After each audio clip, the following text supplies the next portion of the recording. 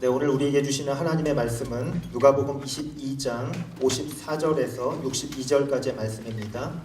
누가복음 22장 54절에서 62절까지의 말씀인데요. 제가 한 절, 여러분이 한 절 돌아가면서 읽도록 하겠습니다. 그들은 예수를 잡아 끌고 대제사장의 집으로 데려갔습니다.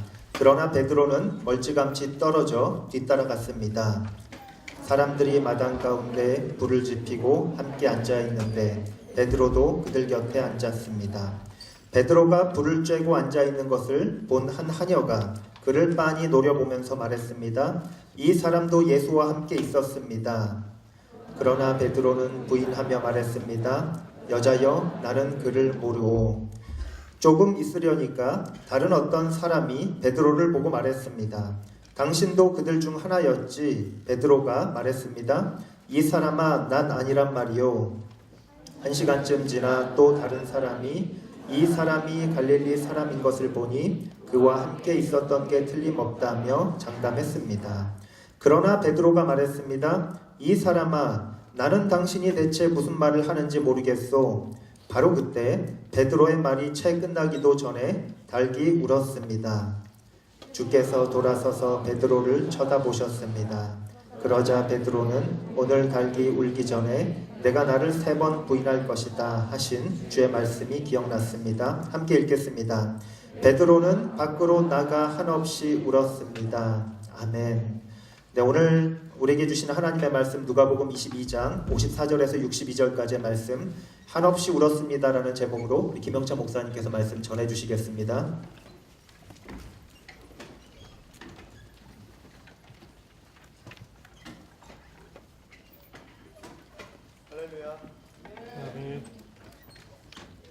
할렐루야. 네. 오늘 말씀을 나누기를 원합니다. 특별히 오늘의 말씀은 우리가 너무나 잘 아는 누가복음 22장 54절부터 62절까지의 말씀입니다. 오늘 말씀에 보면 베드로라는 사람이 등장을 합니다. 이 베드로의 어떤 모습을 통해서 우리가 어떻게 하면 주님과 함께 할 수 있고 또 성공하는 신앙인이 될 수 있을지에 대해서 함께 나누기를 원합니다. 이렇게 빨리 다가올 줄은 몰랐을 것입니다.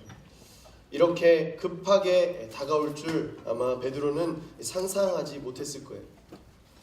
예수님이 그것을 말씀하셨을 때 절대 이것이 나에게 일어나지 않기를 바랬고 또한 그것이 과연 나에게 일어날 것인가에 관한 의심으로 가득 차 있었어요. 그런데 설마 하고 있는 그 가운데 역시나 주님의 말씀은 주님의 입술에서 나온 주님의 선포는 맞아 떨어졌다라는 사실입니다. 오늘의 본문에서 베드로는 이렇게 생각했을지도 모르겠습니다. 닭이 우는 것을 보고 또한 한없이 울 수밖에 없는 자신의 처지를 보면서 그날 밤 나도 울고 닭도 울었다라고 생각했을지 모르겠습니다. 그런데 오늘 베드로 한없이 울 수밖에 없었던, 한없이 통곡할 수밖에 없었던 이 베드로의 상황을 중심으로 말씀을 나누기를 원합니다. 사실 베드로는 예수님이 잡히시던 그때에 큰 실패를 경험하게 됩니다. 예수님은 잡히시기 전에 제자들과 함께 있을 때에 모두가 다 너희들이 나를 버리게 될 것이다 라고 예언하셨어요. 근데 베드로는 예언하시는 예수님의 어떤 그 예언이 무색하게도 호언장담하면서 이야기하는 거예요. 내가 주와 함께 감옥에라도 가겠소. 내가 주님과 함께 주님이 죽으시는 그 자리에도 내가 가겠습니다 라며 호언장담했습니다. 그런데 실제로 베드로의 모습은 예수님의 예언처럼 예수 그리스도를 3번이나 한 번도 아니고 2번도 아니고 3번이나 부인하게 되었다라는 것이죠. 사실 성공하는 사람을 보고 성공의 비결을 발견해내는 것도 우리의 삶 가운데 많은 도움이 되겠지만 실패한 사람의 모습을 살펴보고 실패하지 않도록 조심하는 것도 인생을 살아가는데 굉장히 좋은 방법 중에 하나입니다. 오늘 베드로는 실패를 우리에게 보여주었지만 베드로의 실패가 우리의 성공이 되어지기를 간절히 소원합니다. 사실 베드로는 3년이라는 시간을 예수님과 동행했어요. 이 3년이라는 시간을 예수님과 동행했던 베드로였기 때문에 이 베드로의 실패가 어째 보면 더 큰 실패로 느껴질 수밖에 없습니다. 그는 자칭타칭 예수님의 수제자였어요. 제일 가는 제자라고 누구나 다 그렇게 생각하고 있었어요. 다른 제자들보다 믿음의 분량이나 예수님을 향한, 하나님의 나라를 향한 어떤 충성심의 분량이 누구보다도 뛰어났어요. 그런데 뛰어났던 그의 믿음의 분량도, 뛰어났던 그의 충성심의 분량도 소용이 없더라는 것이죠. 결정적으로 그는 예수님을 부인했고 그는 실패할 수밖에 없었다라는 거예요. 근데 이 베드로의 실패를 볼 때 굉장히 뼈아프게 마음이 불편한 것은, 베드로의 실패는 베드로 한 사람만의 실패가 아니라 어찌 보면 그때나 지금이나 예수를 믿는 모두에게 충격이 되는 그러한 실패이기 때문이라는 것이죠. 베드로가 실패하는 것을 볼 때에 베드로도 실패했는데 나라는 사람도 실패할 수밖에 없는 것이지, 내가 실패하는 그 상황을 볼 때 베드로라는 사람도 실패했는데 내 실패는 어째 보면 당연한 것일지도 모른다라고 생각할 수밖에 없는 것이죠. 그런데 그것은 좀 잘못된 생각이라는 것이죠.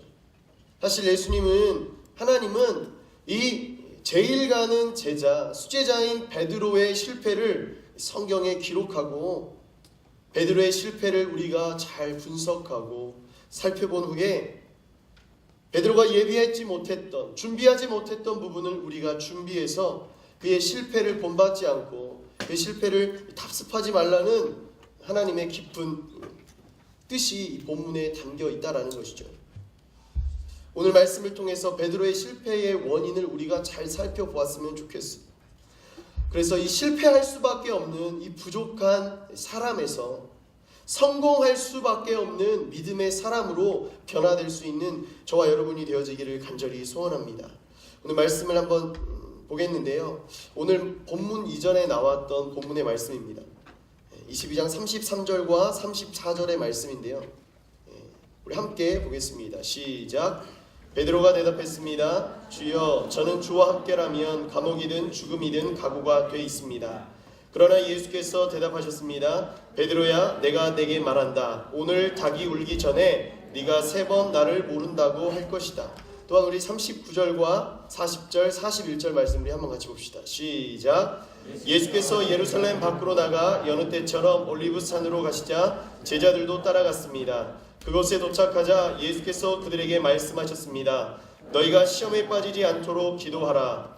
예수께서는 제자들로부터 떨어져 돌 던지면 닿을 만한 곳으로 가서 무릎을 꿇고 기도하셨습니다.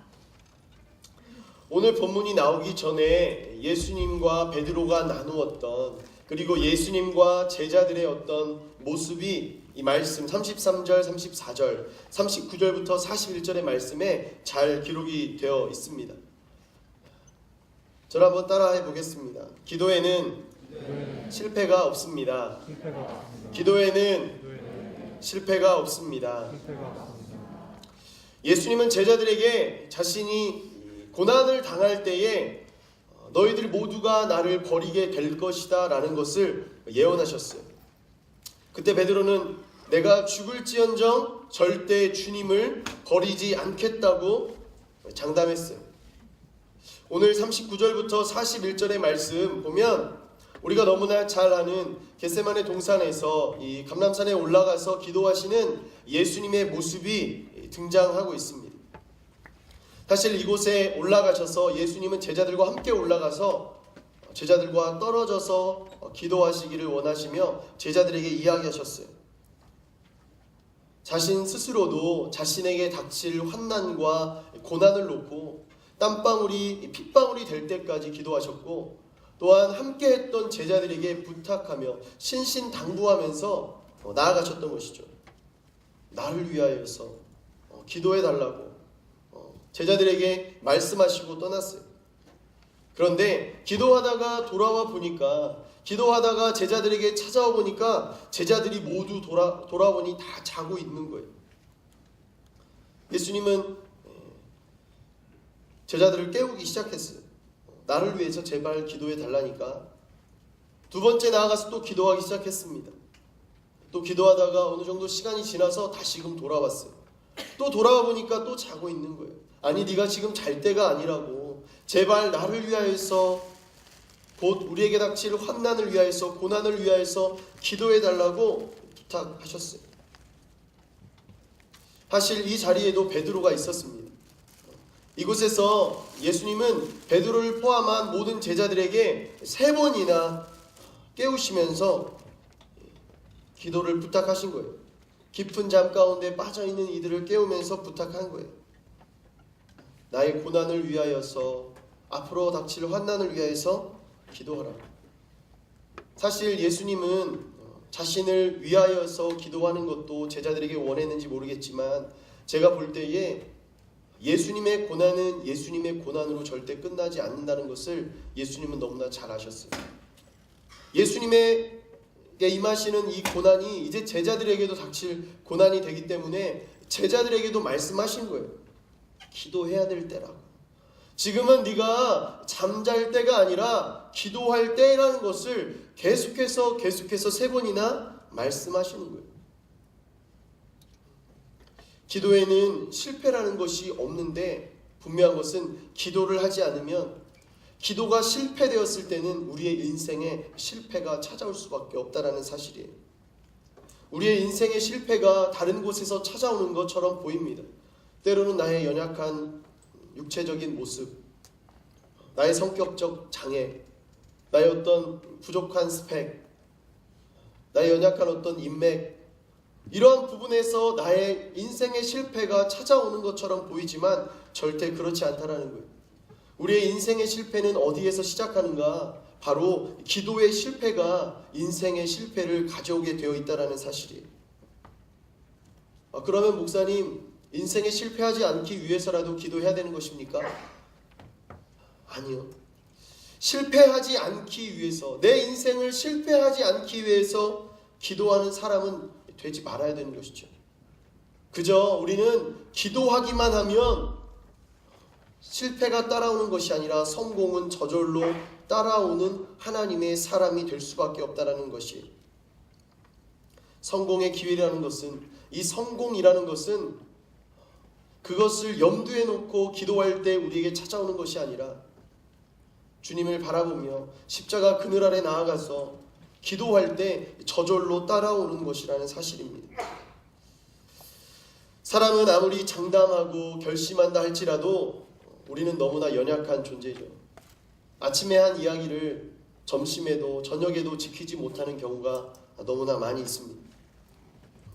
분명히 어제 내일은 홀리스타에 나가야겠다라고 생각하고 잠을 자지만 아침에 일어나 보니 벌써 시간이, 홀리스타 끝날 시간이 되어 있는 것이죠.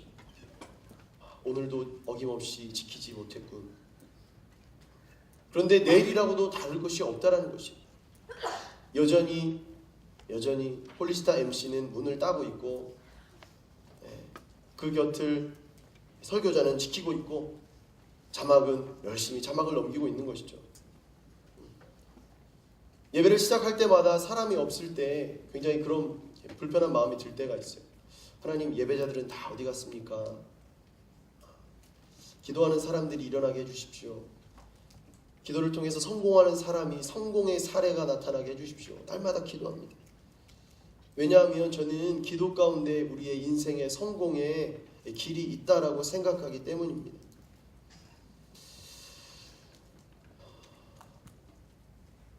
날마다 기도하기를 원하지만 날마다 기도하지 못하는 것이 우리의 모습입니다. 분명히 내일 아침에는 아침에 일어나자마자 기도해야겠다. 오늘 저녁에는 잠이 들기 전에 반드시 기도하고 잠에 들어야겠다. 내일은 회사에 나가면 제일 먼저 기도함으로 회사의 일을 시작해야 되겠다. 날마다 기도할 것을 생각하고 또 생각합니다. 그런데 한 번 때를 놓치면 다음에 또 기도하면 되지. 또 때를 놓치면 아니야, 내 인생이 아직 끝나지 않았는데 죽기 전에라도 꼭 기도하면 되는 거지. 위로하고 스스로를 위로하는 경우가 많다라는 것이죠. 그런데 기도에는 때가 있다라는 사실이에요. 기도에는 기도의 기회가 있다라는 사실이에요. 사실 오늘의 말씀에 나오는 베드로는 기도의 때를 잃어버렸습니다. 기도의 기회를 잃어버렸어요. 예수님은 3번씩이나 깨워주면서 그에게 기도의 때를 알려주었어요. 아니, 이 올리브산에 감람산에 올라가기 전에 이미 너가 기도해야 된다라는 것을 미리 말씀하셨는데 베드로는 그것을 알지 못했어요. 그냥 그는 깊은 잠에 빠져들었다는 것입니다. 그런데 베드로의 잠은 육체적인 잠이 아니라 깊은 영적인 잠에, 신앙의 잠에 빠져버리게 되었다라는 사실이에요. 깊은 잠에 빠져든 나머지 그가 기도할 때를 잃어버리게 되었어요. 기도에는 때가 있는 것인데 베드로는 그 때를 놓친 것이죠. 우리가 인생을 살다 보니까 지금은 100세 시대라고 이야기하죠. 100세 시대라고 이야기합니다. 전화로 이렇게 늘 전화가 와요. 사랑합니다 고객님, 저는 사랑을 고백하지 않았는데 사랑한다고 이야기하고, 마케팅 동의를 하셨기 때문에 제가 전화를 했습니다 이러면서 보험을 막 설명해요.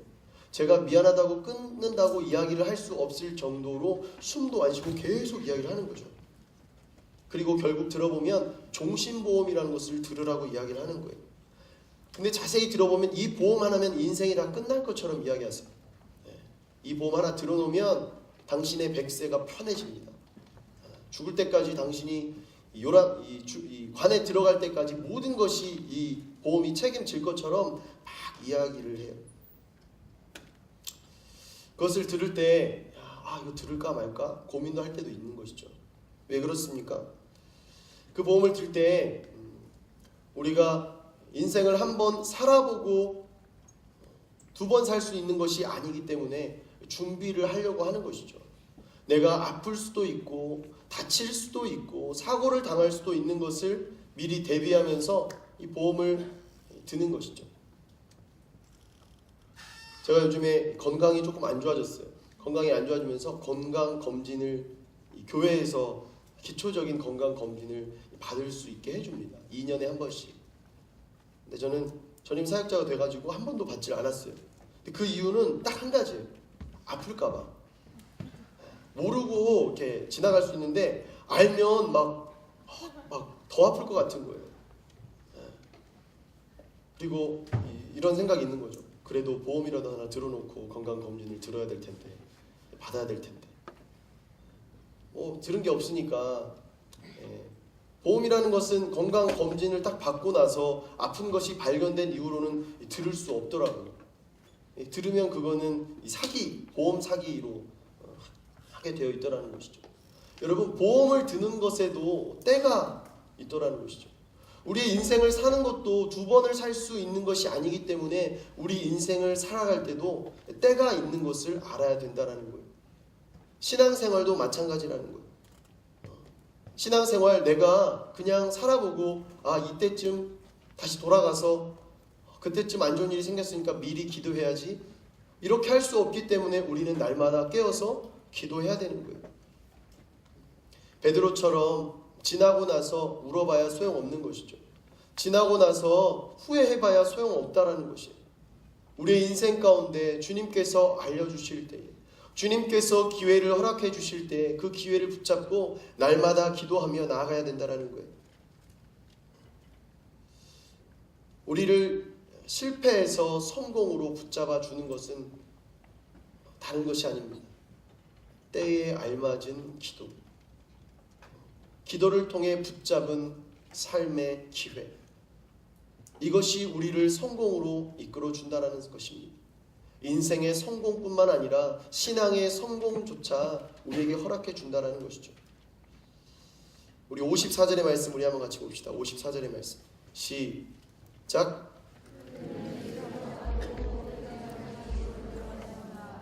그러나 베드로는 멀찌감치 떨어져 뒤따라갔습니다. 기도의 기회를 잃어버린 베드로의 모습 가운데 또 실패의 모습이 등장하게 됩니다. 54절의 말씀 보면 베드로는 예수님을 따라가요. 따라가는데 어떻게 따라가는가? 멀찍이 따라간다는 것이죠. 목사님, 다른 제자들은 다 도망가 버렸는데 그래도 멀찍이라도 따라가는 베드로가 나은 거 아닌가요? 그런데 분명한 것은 있어야 할 자리에 있지 않으면 멀찍이 떨어져서 따라가는 것과 아예 도망친 것과 별반 차이가 없다라는 사실이에요. 베드로는 절대로 주님을 떠나지 않겠다라고 장담했습니다. 내가 당신을 버리지 않겠다고 호언장담했어요. 그런데 기도의 기회를 잃어버리고 복음의 능력이 이제 상실되기 시작한 거예요. 연약해지기 시작하는 거예요. 그것이 상실되고 나니까, 연약해지고 나니까 죽음이 두려워지기 시작한 거예요. 그리고 이미 다른 제자들은 다 도망갔기 때문에 어쩔 수 없이 그래도 내가 수제자인데, 내가 수제자니까 예수님의 끝을 제자들에게 이야기는 해줘야 될 것 같다라는 생각에 따라가는지도 모르겠어요. 어쨌든 멀찍이 따라가는 모습을 보이게 됩니다. 사실 체포될까봐 멀찍이 따라갔던 모습도 있었겠죠. 예수님과 늘 함께 있었기 때문에 다른 사람들이 예수님과 함께 다녔던 베드로의 얼굴을 기억하고 있기 때문에 베드로는 멀찌감치 떨어져서 따라갈 수밖에 없었던 거예요.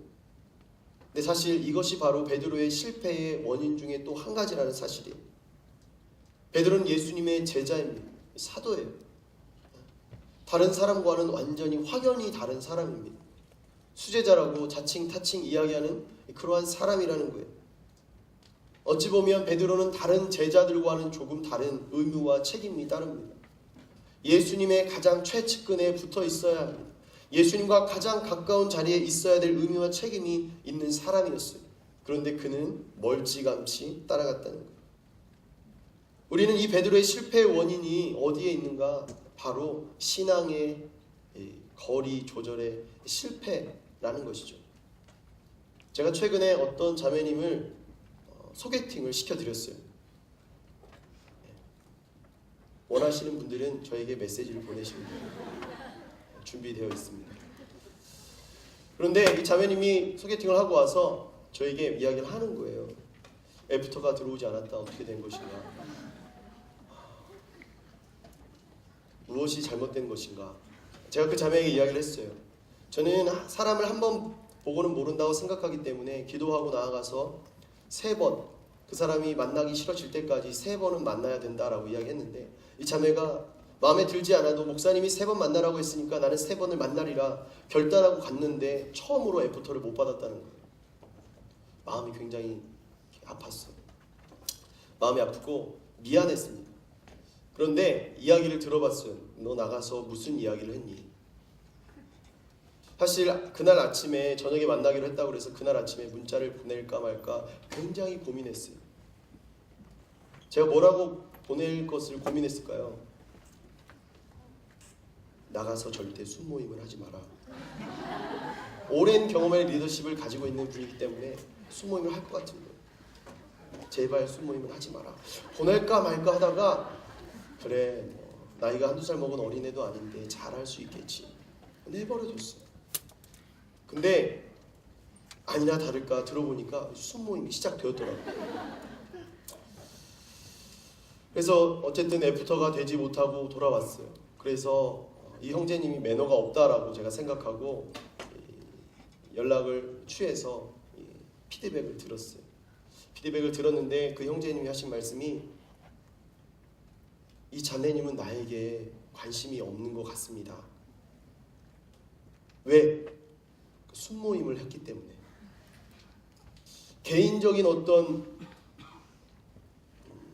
질문을 나에게 하실 줄 알았는데 너무 편하게 하셔서 관심이 없는 것 같아 보였습니다 라고 이야기를 하더라고요. 그게 아닌데, 자매님 너무 좋은 자매님인데 시간을 되돌릴 수 있다면 그날 아침 문자를 보내는 나에게로 돌아오고 싶다라는 생각을 했어요.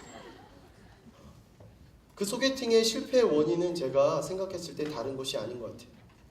형제와 자매가 만날 때 신체적인 거리도 물론 중요하지만 심리적인 거리도 굉장히 중요한 것이죠. 고개를 끄덕이시는 분이 있어요. 과거에 실패의 경험이 있는 거죠. 어쨌든 거리 조절에 실패했을 때 그 관계가 지속되기 어려운 경우가 굉장히 많다라는 것이죠. 우리가 너무나 잘 알고 있잖아요. 그냥 마음에 별로 들지 않으면 가까이 가기 싫은 게 당연한 것이고, 마음에 들면 어떻게든 가까이 가고 싶은 것이 우리의 마음이에요. 그런데 잘못된 방법을 사용하시는 분이 있잖아요. 마음에 들면 막 못되게 굴고, 나는 나쁜 남자여야 돼. 요즘엔 그 나쁜 남자 안 통해요. 근데 난 나쁜 남자, 차도남 막 이러면서 시크하게 보여야지. 막 나이를 생각 안 하고 거리 조절에 잘못하면 모습의 어떤 조절을 잘못하면 실패할 수밖에 없다라는 사실이죠.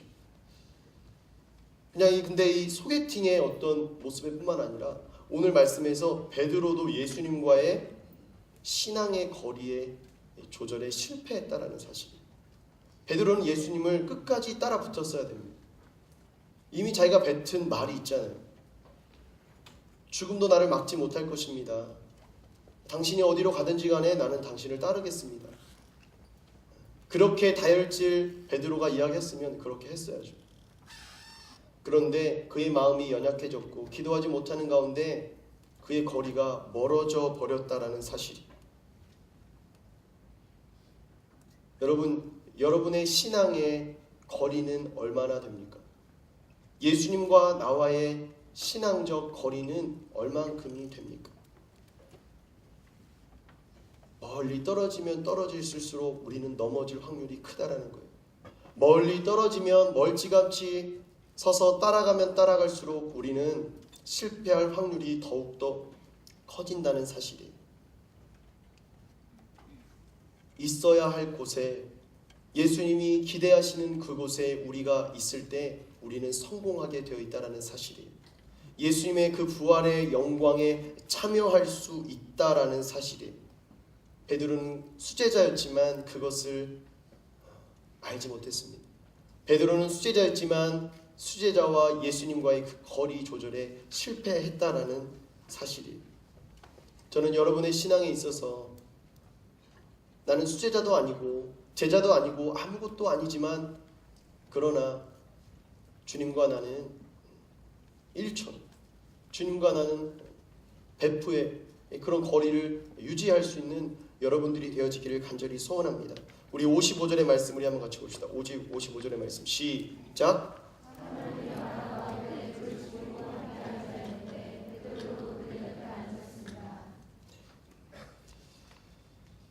신앙의 거리의 조절에 실패한 베드로가 있어야 할 곳은 예수님의 바로 옆이었음에도 불구하고 지금 베드로가 있는 곳은 어딘가 멀찍이 따라가 가야바의 집들에 도착해서 사람들이 모닥불을 피고 쌀쌀해진 날씨 가운데 모닥불을 피고 앉아있는 그곳에 함께 머물러 있는 거예요.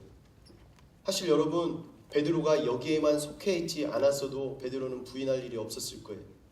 거기에 있던 여종이, 거기에 있던 종들이 너도 그와 함께 있었지, 너도 그 도당이지, 네가 갈릴리 사람인 거 보니까 맞는 것 같은데, 이 이야기를 들을 필요가 없었다라는 거예요.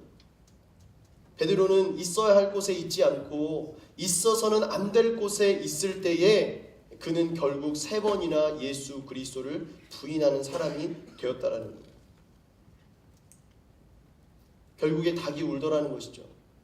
닭이 우는 것을 듣고 나서야 이제 주님이 예언하셨던 말씀, 그에게 선포하셨던 말씀이 생각이 나는 거예요. 울 수밖에 없는 것이죠. 여러분, 예수님의 제자면 예수님과 당연히 함께 있어야 합니다. 여러분들이 하나님의 사람이라면 여러분이 있는 곳이 이 공동체뿐만 아니라 가정이든 학교든 직장이든 주님과 함께 있어야 한다는 사실이에요. 왜? 나는 하나님의 사람이니까. 근데 그것을 잊고 내가 있어야 할 자리에 있지 않고 하나님과 함께 있지 아니하면 우리는 실패할 수밖에 없다라는 사실이에요. 아무리 맛있는 밥과 반찬이 차려져 있다 할지라도, 그것을 어머니가 준비한다고 할지라도 그것이 식탁이 아니라 현관문 밖에 내어놓으면 그것은 아무리 맛있어도 그것은 먹을 수 없는 것이죠. 아무리 맛있는 반찬을 해도 그것을 화장실에 갖다 놓으면 우리는 먹을 수가 없다라는 거예요. 있어야 할 곳에 있는 것이 바로 은혜라는 것입니다. 있어야 하지 않을 곳에서 암만 기도하고 암만 노력해도 그것은 실패할 수밖에 없다라는 거예요. 있어야 하는 그 자리, 주님이 원하시는 그 자리에 있을 때 우리는 성공을 맛보게 된다라는 사실입니다.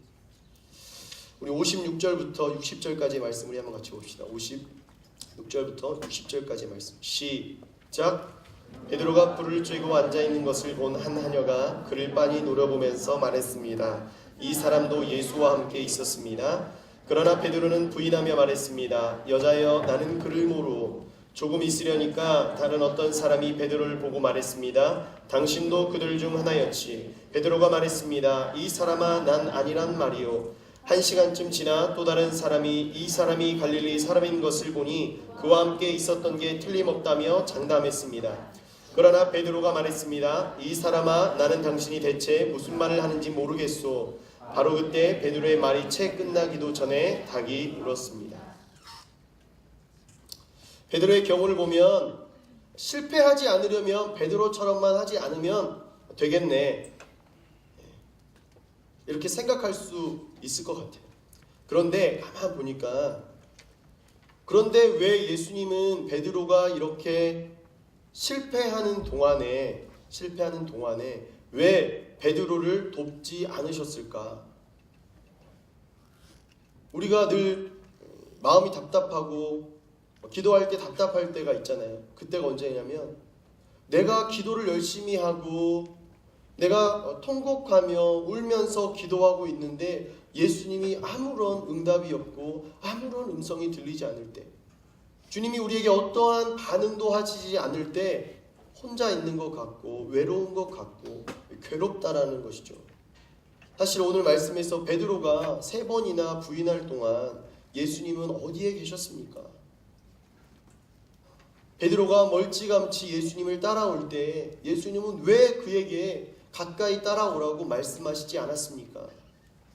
부인할 때 왜 그게 베드로야, 닭이 울려고 한다, 울지, 절대 부인하지 말아라 라고 말하지 않았냐라는 거예요.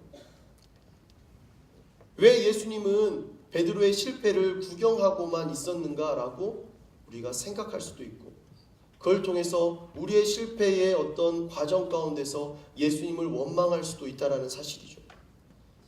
그런데 절대 예수님은 베드로를 내버려 두신 분이 아니라는 사실이에요. 절대 베드로를 구경하고 계시지는 않았다라는 사실이에요. 50절에서 60절의 말씀을 보면 베드로는 우리가 너무나 잘 아는 것처럼 3번이나 철저하게 예수님을 부인하는 것을 볼 수가 있습니다. 그런데 이 종들이 베드로에게 물을 때, 질문할 때 베드로가 모른다고 연속적으로 3번을 부인한 것이 아니라 오늘 말씀을 보면 시간을 두고 점진적으로 점차적으로 계속해서 연속적으로 부인하는 것을 보게 됩니다. 56절에 한 여종이 그에게 이 사람도 예수와 함께 있었다 이렇게 이야기했을 때 베드로는 여자여, 나는 그를 모릅니다, 그렇게 대답했죠. 사실 이렇게 대답했으면 그 자리를 떠났어야 돼요. 그런데 여전히 그 자리에 머물고 있다가 2번째 질문을 맞이하게 돼요. 2번째, 또 58절에서 질문한 것이 당신도 그들 중 하나였지. 베드로는 또 한 번 부인하게 됩니다. 그런데 첫 번째 부인은 예수님을 모른다고 부인했는데 2번째 부인하는 것을 보니까 그들 중 하나였지 라고 묻는 것을 보았을 때 아니라고 얘기했잖아요. 제자들, 당시에 자신의 제자들, 동료들까지, 예수님의 제자들, 동료들까지 싸그리 다 부인해 버렸다는 것이죠. 결국 거기에 있다가 또 3번째로 질문하게 됩니다. 네가 갈릴리 사람인 걸 보니까 네가 그 도당이 확실한 것 같다고, 네가 그와 함께 있었던 사람인 게 확실하고,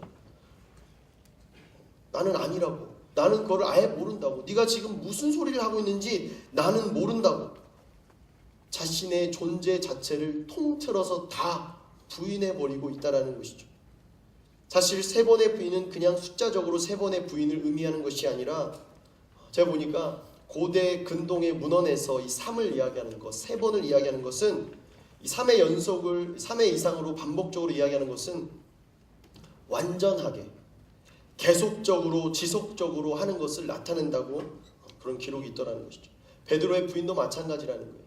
그냥 한 번의 부인으로 마치는 것이 아니라 3번을 연속으로 부인했다는 것은 완전히 철저하게 예수님과 그와 함께했던 제자들과 자신의 지금까지 예수님과 함께했던 제자의 신분마저 통틀어서 다 부인하는, 완전히 부인하고 계속해서 부인하는 모습이었다라는 거예요.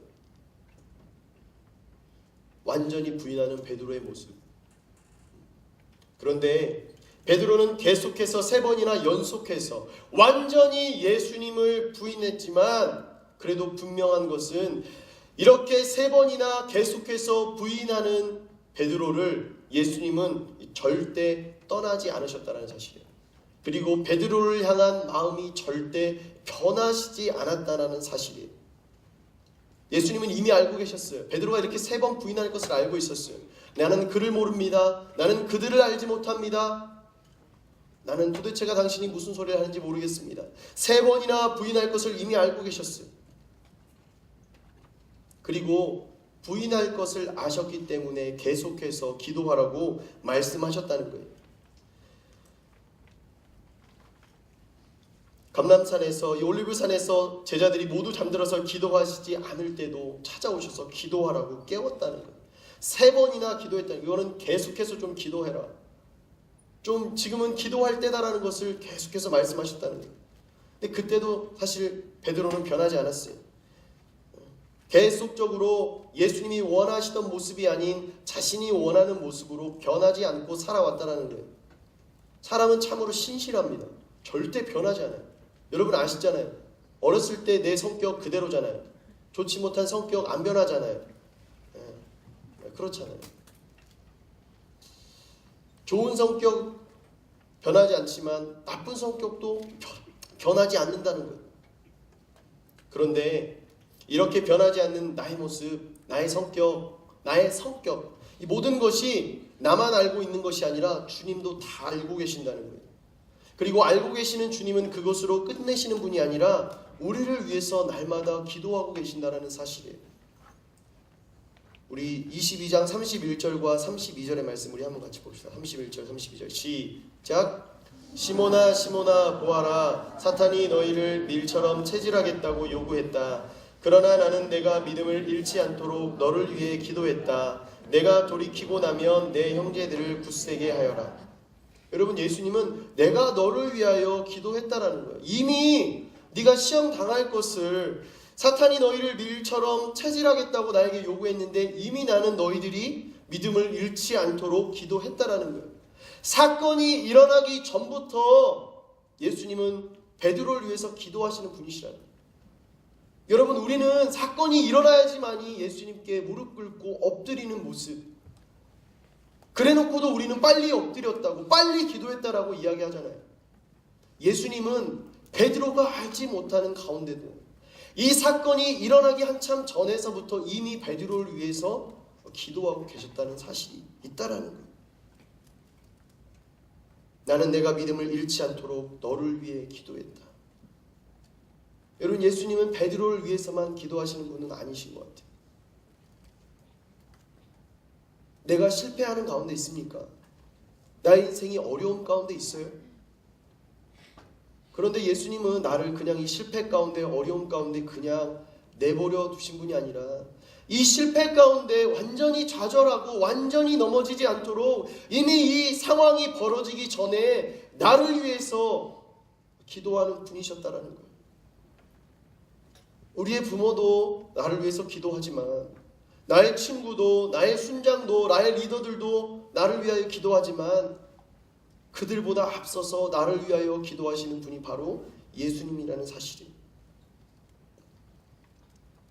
여러분, 나는 모르고 나는 깨닫지 못했지만 예수님은 전혀 예상도 할 수 없는 상황이라 할지라도, 전혀 알지 못하는 상황이라 할지라도 베드로를 위해서 기도하고 계셨던 분이시라는 사실입니다. 베드로가 실패하는 가운데 기도하지 않으셨던 분이 아니시라는 거예요. 예수님은 베드로가 이미 그 사건에 연루되기 전부터, 그 사건에 들어가기 전부터 이미 기도하고 계셨다라는 사실이, 그리고 이미 그가 실패한 것뿐만 아니라 그는 실패로 끝나는 인생이 아니라 돌이키게 될 것이라는 것을 이미 예수님은 알고 계셨던 것 같아요. 32절에 네가 돌이키고 나면 네 형제들을 굳세게 하여라. 굳세게 하여라. 돌이키고 나면, 이 돌이킬 짓을 아직 하지도 않았음에도 불구하고 예수님은 그렇게 돌이키고 나서 해야 될 일들에까지도 이미 알고 계시고 명령하시고 말씀하셨다는 사실이에요. 여러분, 내 인생이 내 맘대로 되지 않고 성공으로 흘러가지 않고 실패의 어떤 모습으로, 실패의 방향으로 흘러가고 있다 할지라도 분명한 것은 예수님은 내가 지금 마음이 어렵고 불편한 것은 이미도 알고 계시고, 그것을 넘어서 내가 이것을 벗어나게 돼서 벗어난 이후에 나는 어떻게 돼야 될 것인가, 나는 그것을 위하여 한 번도 생각하지 못하고 기도하지 못했지만 예수님은 이미 그것을 위하여서 기도하시는 분이시라는 사실이에요. 우리 61절과 62절의 말씀 봅시다. 61절, 62절 시작. 주께서 돌아서서 베드로를 쳐다보셨습니다. 그러자 베드로는 오늘 닭이 울기 전에 네가 나를 3번 부인할 것이다 하신 주의 말씀이 기억났습니다. 베드로는 밖으로 나가 한없이 울었습니다. 베드로는 예수님을 부인했어요. 철저하게 완전히 계속해서 부인했지만 사실 오늘 말씀에서 61절에 보니까 주께서 돌아서서 베드로를 쳐다보셨습니다. 잘못 보면 예수님 진짜 잔인하다, 베드로가 3번 부인할 때 기다리고 있다가 3번째 부인했을 때 딱 째려본 게 아닌가, 이렇게 생각할 수도 있죠. 그런데 아니라는 거예요. 예수님은 3번을 부인해놓고 뉘우치지 못할 베드로에게 기회를 허락해 주셨다는 사실이에요. 이미 그가 3번을 부인할 것을 아시고 베드로는 멀찌감치 따라왔지만, 여러분, 눈이 마주치려면 적어도 20-30m, 20m 안에는 들어와 있어야지 시선을 맞출 수가 있는 것이죠. 베드로는 그저 모닥불 가운데 있었지만 예수님은 그 재판 과정에서 이리 끌리고 끌려다니고 저리 끌려다니는 그 과정 가운데 베드로를 주목해서 보셨다라는 사실이에요.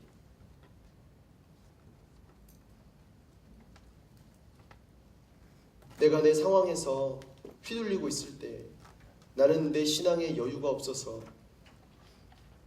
나는 내 모습 가운데 실패로 들어갈까봐 무서워서 움직이지 못하고 있을 때, 예수님은 이미 내가 알아차리지 못하는 가운데 내 주변에서 나를 위해서 기도하고 계신다는 사실이에요. 예수님은 여전히 계속해서 베드로 곁에 머물러 계셨어요. 62절에 베드로는 밖으로 나가 한없이 울었다고 기록이 되어 있어요. 여러분, 이 눈물은 후회의 눈물일까요? 아니면 실패의 눈물일까요? 저는 후회도 실패도 아닌 예수님으로 인한 참회의 눈물이지 않을까라는 생각을 해봅니다. 아까 32절에 말씀하신 것처럼 돌이키고 난 이후에 베드로의 눈물이 아닐까라는 생각을 해봅니다. 사실 주님의 말씀이, 베드로를 향한 이 주님의 사랑이 이 말씀에서 끝났다면 사실 우리는 희망이 없어 보여요. 결국에는 베드로가 깨달아야 되는 거구나, 결국에는 베드로가 참의 눈물을 흘려야 이 드라마가 끝이 나는구나, 아니라는 것이죠. 요한복음 21장 15절에서 17절의 말씀을 보면 예수님께서 부활하신 이후에 제자들을 찾아오신 장면이 나오게 돼요. 베드로에게 물어보시는 거예요. 베드로야, 네가 나를 사랑하느냐? 주여, 제가 주를 사랑하는 것을 주님이 알고 계십니다. 그래? 그러면 내 양을 먹여라. 베드로야, 네가 나를 사랑하느냐? 주여, 주님께서 하십니다. 그래? 그러면 내 양을 쳐라. 베드로야, 네가 나를 사랑하느냐? 주님께서 더 잘 아십니다.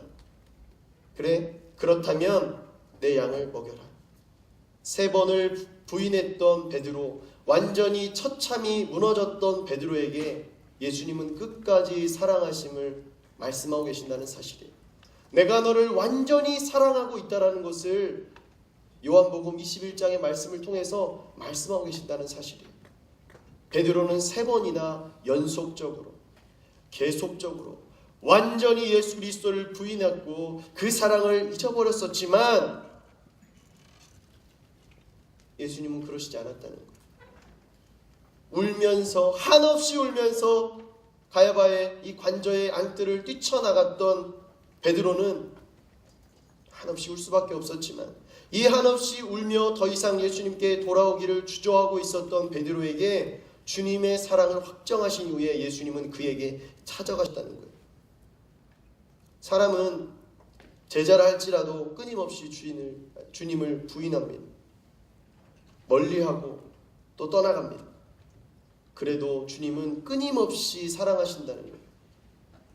또 끊임없이 함께 하신다는 거예요. 그리고 끊임없이 찾아오시는 분이 바로 예수님이라는 사실이에요. 베드로의 인생에 어찌 보면 이 사건은 굉장히 치욕스러운 사건입니다. 그런데 이 치욕스러운 사건 가운데서도 예수님은 말씀하시는 거예요. 너는 실패한 것 같지만 절대 실패가 아니라고. 돌이킨 이후에 네가 해야 될 일이 있다. 예수님은 실패만 보는 것이 아니라 실패 이후에 그 이후 너머의 삶까지도 말씀하고 계시는 분이 예수님이시라는 사실이에요. 우리의 삶의 자리가 무너져 내릴 때가 있습니다. 더 이상 재기할 수 없고 더 이상 일어설 힘이 없다고 느껴질 때가 있어요. 내가 할 만큼 다 했는데 이 이상은 무리다. 이 이상은 내가 할 수 있는 것이 없다. 이것은 예수님이 오셔도 할 수 있는 부분이 아니다. 그런데 분명한 것은 나는 그렇게 예수님을 부인하고 예수님의 능력을 부인하고 예수님의 사랑을 부인한다 할지라도 예수님은 반드시 그런 나에게 계속해서 찾아오시는 분이 바로 예수님이라는 사실이에요. 나의 인생의 실패의 소용돌이 가운데 내가 빠져들고 있어도 걱정할 필요가 없습니다. 왜? 예수님이 나와 함께하고 계시기 때문입니다. 내가 신앙의 자리를 떠나서 실패의 자리에 머물고 있다 할지라도 우리는 염려할 필요가 없어요. 왜? 예수님은 그 자리에도 함께하고 계시기 때문에 그렇습니다. 내가 이미 신앙의 자리를 떠나서 멀리 떠나갔다고 할지라도 우리는 걱정할 필요가 없습니다. 왜? 내가 어디까지 도망간다 할지라도 예수님은 어디까지라도 나를 찾아오시고 쫓아오시는 분이 바로 예수님이시기 때문에 그렇습니다. 우리의 실패, 우리는 실패만을 바라보고 절대 일어설 수 없음을 바라보고 좌절하지만 분명한 것은 예수님은 나의 실패만을 바라보는 것이 아니라 나의 실패 이후에 다시금 일어서는 재기와 성공을 바라보시는 분이 바로 예수 그리스도라는 사실입니다. 오늘 말씀을 통해서 마무리하겠습니다. 오늘 말씀을 통해서 베드로를 통해서 우리가 알 수 있는 것, 그것은 바로 베드로는 예수님을 멀리 떠났고 그를 부인했고 도망쳐 나가서 한없이 울었지만 예수님은 절대 그를 홀로 내버려 둔 사실이 절대 없다라는 사실입니다. 내 인생의 자리에서 혼자라고 느껴질 때가 있습니까? 나를 도울 수 있는 사람이 아무도 없고 나를 돕는 이가 아무도 없고 내가 손을 벌릴 이가 아무도 없다고 느껴질 때가 있습니까? 좌절하고 낭망하며 쓰러지고 넘어질 수밖에 없는 상황이라 할지라도 오늘의 말씀을 통하여서 우리에게 희망이 있는 것은 그런 상황이 있다 할지라도 주님은 절대 나를 내버려 두시지 않는다. 나를 절대 포기하시지 않는다는 거예요. 나는 주님을 포기하고 내 인생을 내던져 버릴지 모른다 할지라도 주님은 절대 내 인생을 포기하지 않는다는 거예요. 주님이 오시기 전까지는 끝나도 끝나는 것이 아닌 것입니다. 주님이 나에게 찾아오시기 전까지는 내 인생의 절대 끝은 없는 것입니다. 이 시간 우리 한번 간절히 기도합니다.